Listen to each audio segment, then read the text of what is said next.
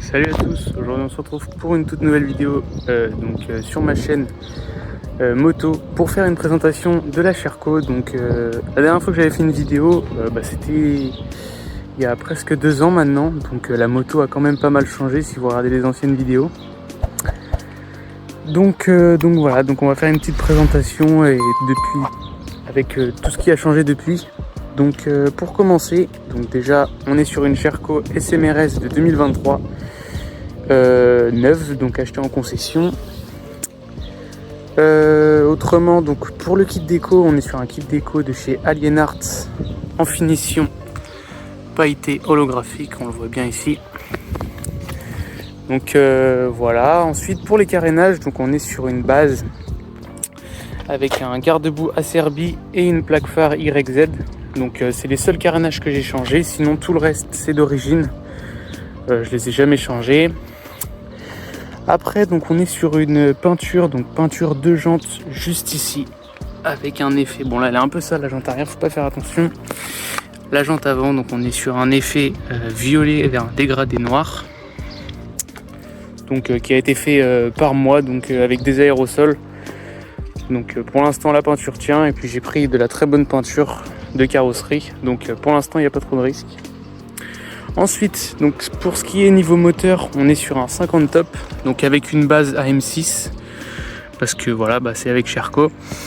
Base AM6, 50 top, on est sur un Vilo d'origine qui n'a, en fait le bloc n'a jamais été ouvert encore, mais ça devrait pas tarder parce que là j'arrive à 20 000 km, faut peut-être checker le Vilo.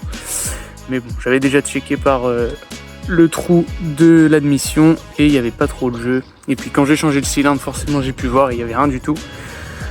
Faut savoir que le 50 top, lui, il doit avoir 2000 km, pas plus. Il a été monté par moi, il n'y a pas de prépa sur le moteur, pas encore. Voilà, il marche vraiment bien pour un 50 top. Ensuite, pour ce qui est de la carburation, on est sur un montage provisoire parce que j'avais plus de joint je disais, on est sur un montage provisoire avec une pipe inclinée. En fait, si vous voulez, de base j'ai une pipe droite, sauf que j'ai plus de pâte à joint, voilà, c'est provisoire. J'ai mis une pipe avec joint intégré, avec des rondelles. Ça fait pas très propre, mais c'est en attendant. Le carbu, on est sur un carbu 19 typé PW4. Ensuite, c'est rejoint par un filtre à air Terzo, coudé comme ça. Moi je trouve qu'il rend plutôt pas mal. Après bon, il est pas trop mis en valeur là parce qu'il est derrière la suspension. Voilà. Après pour finir, on est sur un cache allumage et un cache chaîne de chez UR Product qui est là depuis le début littéralement. C'est l'une de mes premières pièces. Merci à eux parce que c'est vraiment de la bonne qualité. Je les mentionnerai en commentaire si ça vous intéresse. Ensuite, pour le reste, pour le cadre, la peinture de cadre, on est toujours sur une peinture carrosserie, la même que les jantes, qui fait largement le taf parce que je trouve ça magnifique au soleil. Voilà. Ensuite, pour ce qui est du pot d'échappement, je vais essayer de filmer ici. On est sur un pot, de chez SCR Corse, qui marche extrêmement bien. Avec provisoirement également une cartouche KRM, là elle est dégueulasse forcément parce qu'en fait si vous voulez j'attends une double sortie d'origine Sherco qui est en soudure actuellement, si vous voulez c'est la cartouche d'origine Sherco qui est raccourcie et j'en aurai deux, une ici et une ici qui sortiront en double, ça devrait être incroyable, mais j'attends encore, c'est pour ça que j'ai la KRM provisoirement. Ensuite, on a une petite housse d'amortisseur, faites pas attention à ça. Avec le pot d'échappement, ça avait chauffé et ça avait fondu, mais ça rend plutôt pas mal parce que si vous voulez, moi je trouve que les peintures d'amortisseur c'est pas très beau et ça tient pas dans le temps parce que quand les ressorts claquent, quand les ressorts bougent, en fait, si vous voulez, ça fait une tension et la peinture a tendance à sauter. pour ça qu'en général il est recommandé de faire une peinture d'amortisseur avec de l'époxy pour que il y ait moins de risques que ça saute. Mais malheureusement moi je préfère, pour moi, je préfère avec une housse. Certains n'aiment pas, mais moi je trouve ça plutôt propre quand on arrive derrière, ça fait pas mal et ça s'accorde bien avec la moto. Donc j'en suis plutôt fier. Ensuite, pour ce qui est du poste de pilotage, on est sur des poignées UFD donc, que j'ai eu sur Amazon. Donc j'aurai pas la référence exacte parce que ça fait un moment que je les ai. Oula, tombe pas. Voilà. On est également du coup sur une mousse Rental, donc tout ce qu'il y a de plus classique, en violet, avec son petit compteur Cosso, donc branché sur batterie sous la selle, donc qui fonctionne normalement si je l'allume ici. Voilà, j'ai plus de batterie donc c'est normal que ça bug un peu. Voilà. Ensuite, on est sur le compteur d'origine, toute la patte donc voilà, qui tient le compteur et les clignotants, c'est d'origine. Le guidon est d'origine également. Avec donc j'ai un tirage Acerbi ici qui fait son temps parce qu'il a subi beaucoup de chocs quand même. Bon, c'est pas grave, il fait l'affaire et j'ai un bon tirage. Je vous le montrerai peut-être après. Et du coup, j'ai une petite barre LED également branchée sur batterie que je vais vous montrer juste après.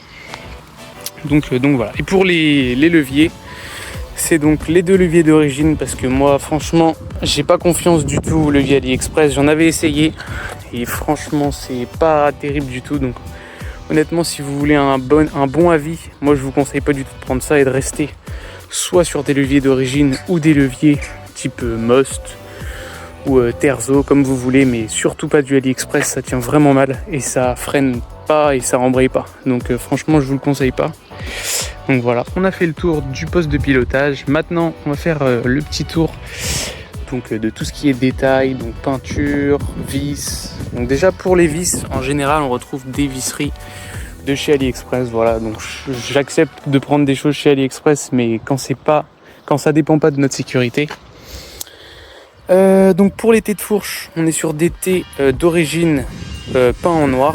Donc pareil, de la peinture carrosserie qui ne bouge pas, j'en suis plutôt content. Ça fait maintenant 2 ans que je l'ai. Bon, je l'ai refait il n'y a pas longtemps pour l'événement du Two Stroke Show qui s'est déroulé il y a maintenant 1 mois je crois. Donc voilà, ensuite pour les fourches, on est sur du covering carbone forgé violet que je trouve absolument magnifique, qui rend incroyable avec la couleur de la moto. Donc voilà. Pour ce qui est du disque de frein, on est sur celui d'origine, donc toujours en peinture, donc il faut que je la refasse parce qu'il y a des petits éclats, mais bon, c'est provisoire, pareil. Donc voilà, donc après tout ce qui est peinture, en fait ça va être peinture carrosserie comme ici. Alors ce qui est différent et que moi j'aime beaucoup, c'est que en fait sur ma Sherco j'ai enlevé la boîte à air qui prenait énormément de place et qui maintenant n'en prend plus puisqu'elle est plus là, et je trouve que ça fait beaucoup plus beau sang. Et puis vu que j'ai un filtre à air, forcément c'est plus joli. Et pour ceux qui hésitent à le faire, faites attention parce que vous avez tendance à être plus remarqué par les gendarmes avec un filtre à air que par boîte à air. Personnellement, pour le bruit, moi je préfère sur filtre à air, mais voilà, c'est vrai qu'en question gendarmerie, ils préfèrent forcément la boîte à air et puis ça fait moins de bruit surtout.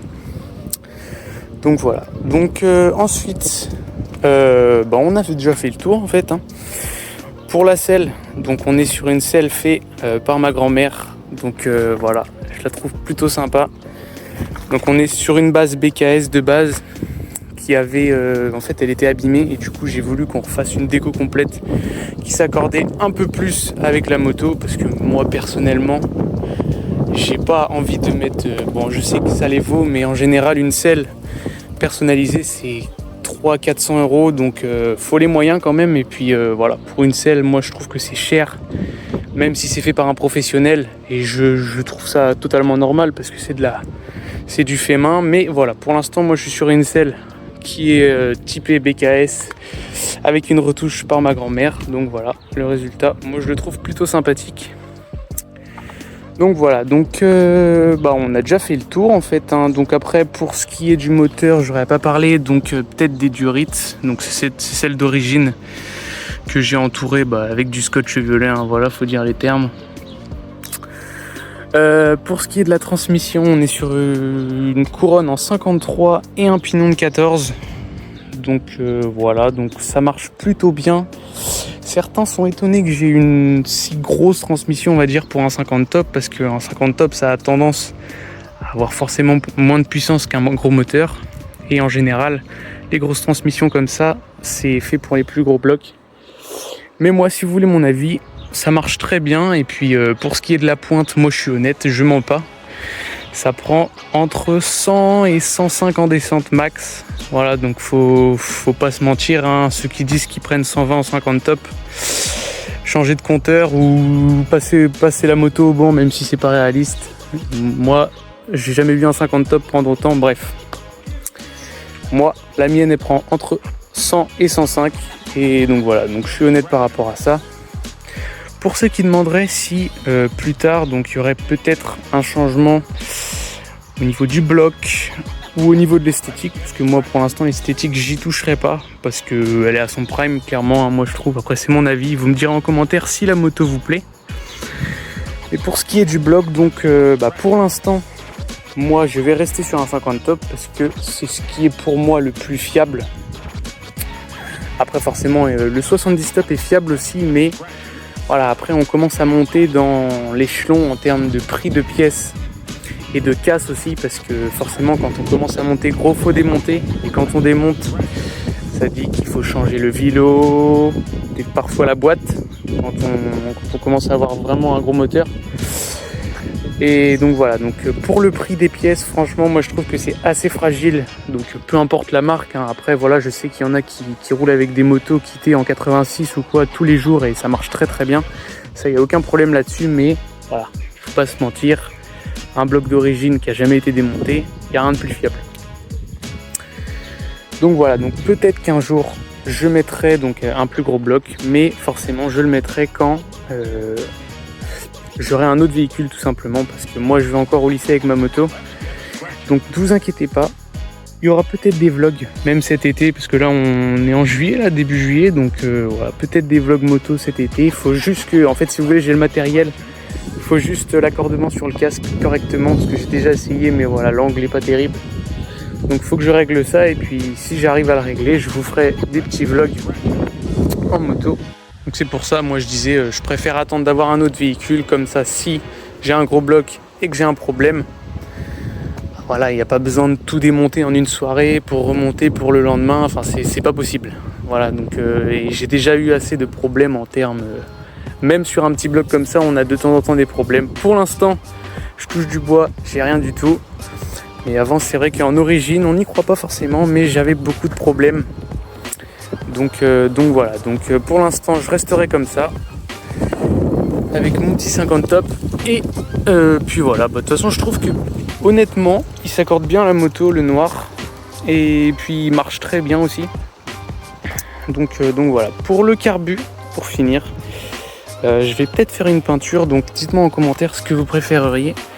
Soit une peinture toute noire, mais ça je suis pas trop fan, ça ferait trop sombre. Soit une peinture toute violette, donc comme le cadre, ça ferait peut-être un peu trop, je sais pas trop, dites-moi en commentaire.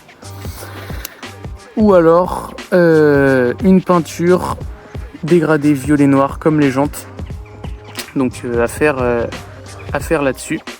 Donc voilà, donc je crois qu'on a fait le tour. J'ai peut-être pas dit que le kit déco était 100% perso, il me semble que si. Donc voilà, avec le détail en 296 et mon pseudo TikTok et Insta, voilà, je vous le mets là.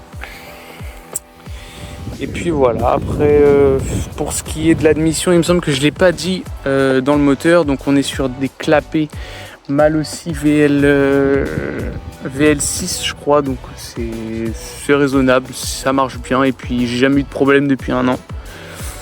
On est sur une cale KRM, et donc pour la pipe, comme je vous ai dit, c'est provisoire. Donc je vais pas vous donner la référence. Donc voilà, donc on a fait le tour de cette petite moto, donc ce petit 50. Donc dites-moi ce que vous en pensez en commentaire. Il y aura probablement d'autres vidéos, donc si j'arrive forcément à régler la caméra, j'espère, parce que j'aimerais vraiment vous partager des moments avec. Et puis voilà, donc voilà, dites-moi si cette vidéo vous a plu. Si c'est le cas, n'hésitez pas à liker, à commenter et même à s'abonner, ça ferait hyper plaisir. et ça aiderait à soutenir la chaîne donc pour de futures vidéos. Donc voilà, donc on se voit une prochaine fois avec la Sherco. A plus.